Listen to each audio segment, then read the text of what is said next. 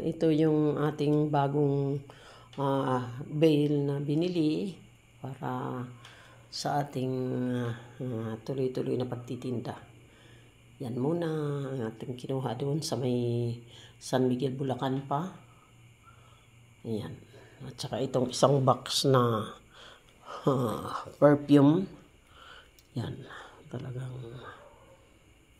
para tayo ay magdi-December na kasi, kaya unti-unti na tayong gumagawa ng paraan na naman para kumita. Yan.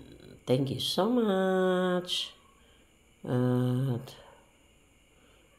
maraming salamat sa lahat ng bibili at titingin sa akin ila-live na mga paninda.